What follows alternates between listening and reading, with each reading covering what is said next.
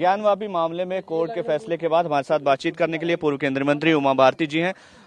दीदी, इस फैसले को लेकर के क्या कहती हैं? इस फैसले से ये बात हो गई स्पष्ट कि जो प्रमाण प्रस्तुत होने की तैयारी थी उसमें कहीं सार्थकता है और हो सकता है कि आगे अब समाधान का रास्ता निकल आवे, क्योंकि श्रृंगार गौरी की पूजा तो मैंने खुद की है, फिर मुलायम सिंह जी की सरकार के समय पर उस पर रोक लगा दी गई थी।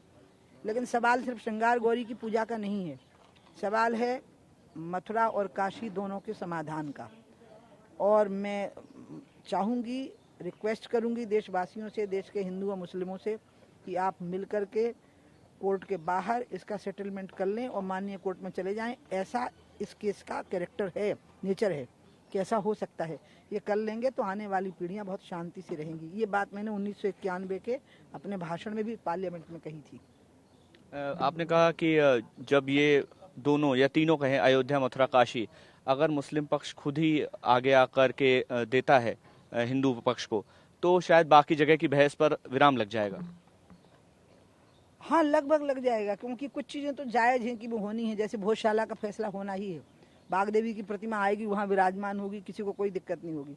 लेकिन जो एकदम डिस्प्यूटेड स्ट्रक्चर से, मतलब जो स्ट्रक्चर में ही डिस्प्यूट है, यहाँ स्ट्रक्चर में नहीं, स्थान में डिस्प्यूट है, तो ये जो है, ये मथुरा और काशी और अयोध्या इतने महत्वपूर्ण है हिंदुओं के लिए। जो मैंने 91 में कहा था, मैं उसको रिपीट ही किए देती हूँ कि आप तीनों स्थान खुशी से दे दीजिए और इसमें उनके पीछे खड़े भी हो जाइए, साथ में कुछ ईंटें आप भी दे दीजिए, तो हिंदू इतना गदगद हो जाएगा आपकी उदारता से कि भारत की सारी मस्जिदों में अगर कोई संकट आएगा तो वो खुद लठ लेके खड़ा होगा उनकी रक्षा के लिए। आपको आना ही नहीं पड़ेगा, क्योंकि अयोध्या, मथुरा और काशी हिंदुओं के लिए वैसे ही हैं जैसे ईसाइयों के लिए वेटिकन सिटी है और मुसलमानों के लिए मक्का मदीना है।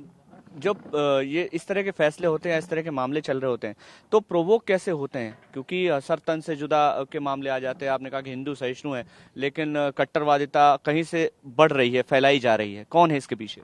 इसके पीछे वो तथाकथित बुद्धिजीवियों का मौन है, जो एक बात पे बोलते हैं और दूसरी बात पे चुप हो जाते हैं। एक बार पुरस्कार वापस कर रहे थे एक हिंसा पर, अखलाक की जब गर्दन कटी थी, और उसके बाद में जब नूपुर का पूरा प्रसंग आया तो उसमें भी जिस तरह से सर तन से जुदा के नारे लगे, तो मैंने कहा भी, ओबीसी साहब को ही आग्रह किया कि आप निंदा करिए इसकी। उसकी तस्वीर को बूटों से रौंद रहे हैं, अच्छा नहीं है। नहीं किया उन्होंने। मुस्लिम तहजीब के खिलाफ है ये बात। कोई भी महिला की बेइज्जती नहीं करते, ना हिंदू ना मुसलमान। इससे ही कट्टरपंथी एलिमेंट बढ़ता है फिर हिंदू समाज में भी, और ये अच्छा नहीं है।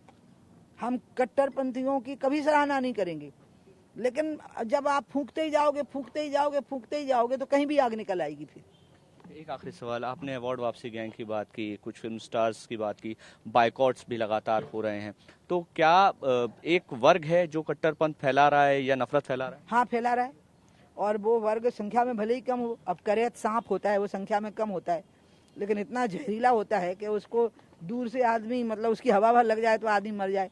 ये कुछ लोग ऐसे हैं, ये वामपंथी हैं, कुछ समाजवादी हैं, कुछ कांग्रेस के नेता हैं और कुछ फिल्म स्टार हैं। करेत सांपों की तरह हैं कि इनको तो देख लेने भर से आदमी मर जाए, इतने जहरीले लोग जहर फैला रहे हैं देश में।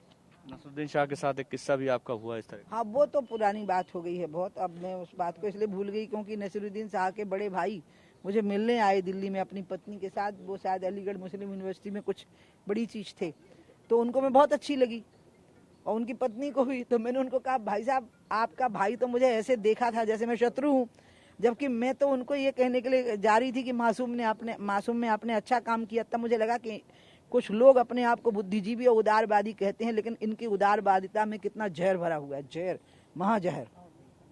बात करने के लिए तो उमा भारती मध्य प्रदेश की पूर्व मुख्यमंत्री है, पूर्व केंद्रीय मंत्री है, और हम उनसे जब बात कर रहे थे तो उन्होंने ज्ञानवापी के फैसले पर खुशी जाहिर की है। कैमरामैन मुकेश के साथ मकरंद काले, TV9।